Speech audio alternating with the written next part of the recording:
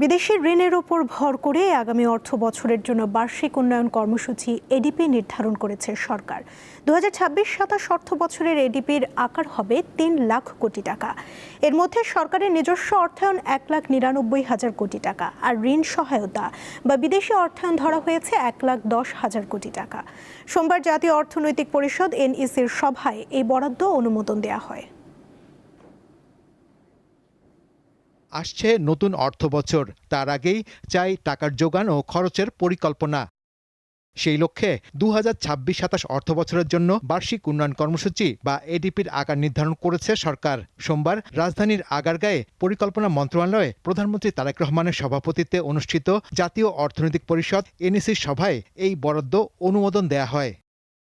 স্বায়ত্তশাসিত প্রতিষ্ঠানগুলোর উন্নয়ন খরচ সহ সার্বিক এডিপির আকার হচ্ছে প্রায় 3,08,925 কোটি টাকা। এই প্রথম এডিপির আকার 3 লাখ কোটি টাকা ছাড়িয়ে গেল।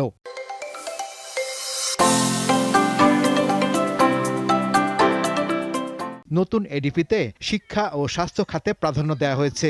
বরাদ্দের দিক থেকে সর্বোচ্চ 33,735 কোটি টাকা পেয়েছে স্থানীয় সরকার বিভাগ, দ্বিতীয় সর্বোচ্চ 30,741 কোটি টাকা পাবে সড়ক পরিবহন ও মহাসড়ক বিভাগ। তৃতীয় স্থানে থাকা স্বাস্থ্যসেবা বিভাগে বরাদ্দ 26,806 কোটি টাকা। এরপরে চতুর্থ স্থানে থাকা মাধ্যমিক ও উচ্চ মাধ্যমিক বিভাগে বরাদ্দ রাখা হয়েছে 20,835 কোটি টাকা। পঞ্চম সর্বোচ্চ বরাদ্দ রাখা হয়েছে প্রাথমিক ও গণশিক্ষা মন্ত্রণালয়ে 19,441 কোটি টাকা।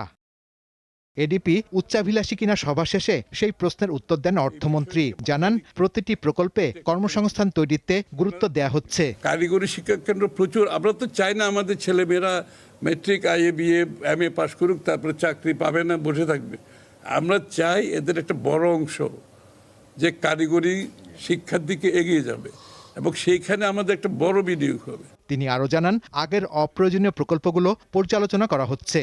বিগত দিনে যে প্রকল্পগুলো আছে এগুলো যেগুলো বাস্তবায়ন সম্ভব নয়, যেগুলো জনস্বার্থে করা প্রয়োজনীয়তা না, সেগুলো বাদ যাবে। এডিপি মূলত একটি দেশের সরকারের বার্ষিক উন্নয়ন বাজেটের রূপরেখা, যার মাধ্যমে বিভিন্ন মন্ত্রণালয় ও সংস্থার অধীনে অবকাঠামোগত উন্নয়ন যেমন রাস্তাঘাট, সেতু, বিদ্যুৎ কেন্দ্র, স্কুল কলেজের নির্মাণ ও সামাজিক খাতের প্রকল্পগুলো বাস্তবায়নের জন্য তহবিল বরাদ্দ দেয়া হয়।